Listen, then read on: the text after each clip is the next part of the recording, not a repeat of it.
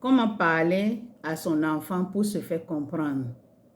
Bon nombre de parents ont exprimé ces difficultés dans les commentaires à se faire comprendre de leurs enfants. Pour parler à vos enfants et vous faire comprendre, vous devez apprendre à vous rendre disponible. Vous devez savoir que l'enfant ne connaît pas le stress. Il évolue dans un monde où le stress n'existe pas. Mais les parents, eux, ils sont constamment stressés. L'enfant, quand il a faim, il va réclamer la nourriture. Mais comment est-ce que cette nourriture doit arriver dans son assiette? Il n'en est pas conscient. Ça, c'est le souci des parents. Je vais prendre une image pour vous aider à comprendre ce que je veux dire dans cette vidéo. Prenez un immeuble à 10 étages. Une personne se trouve au 10e et une autre personne au premier étage.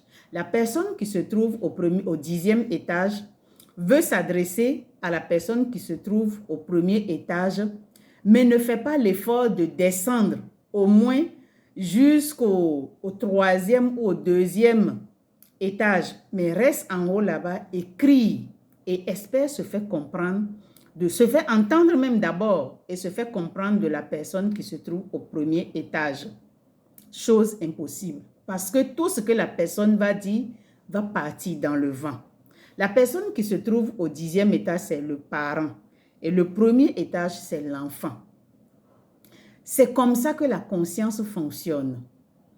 Le parent, c'est celui qui a été enfant et qui a grandi, qui a plus d'expérience.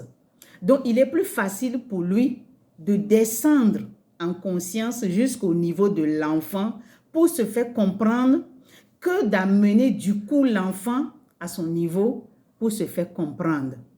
Donc, interagir avec vos enfants, vous devez apprendre à vous rendre disponible dans le sens que vous avez la possibilité de vous comporter comme enfant de temps en temps. Parce que si vous avez remarqué, les enfants de la même tranche d'âge se comprennent très facilement, même quand ils ne parlent pas, la même langue.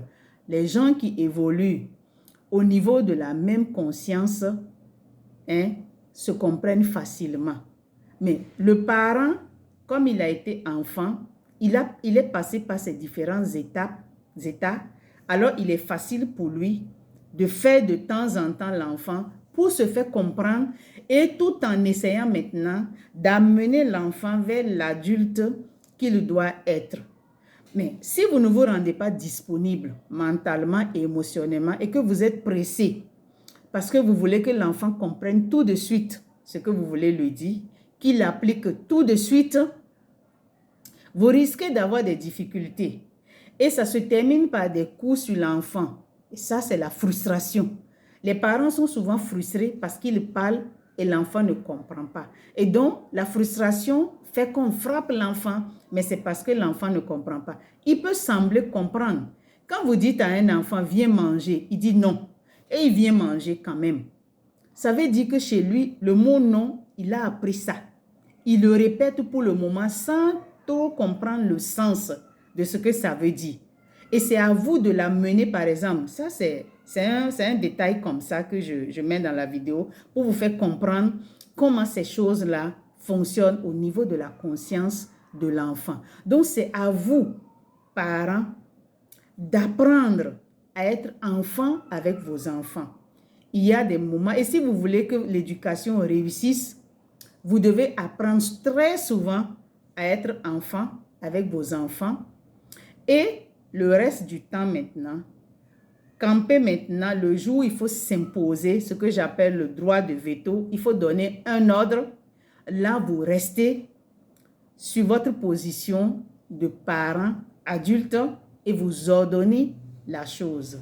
Mais pour que ça marche avec les enfants, vous devez apprendre vous-même de temps en temps à vous rendre disponible en conscience pour que ça puisse passer.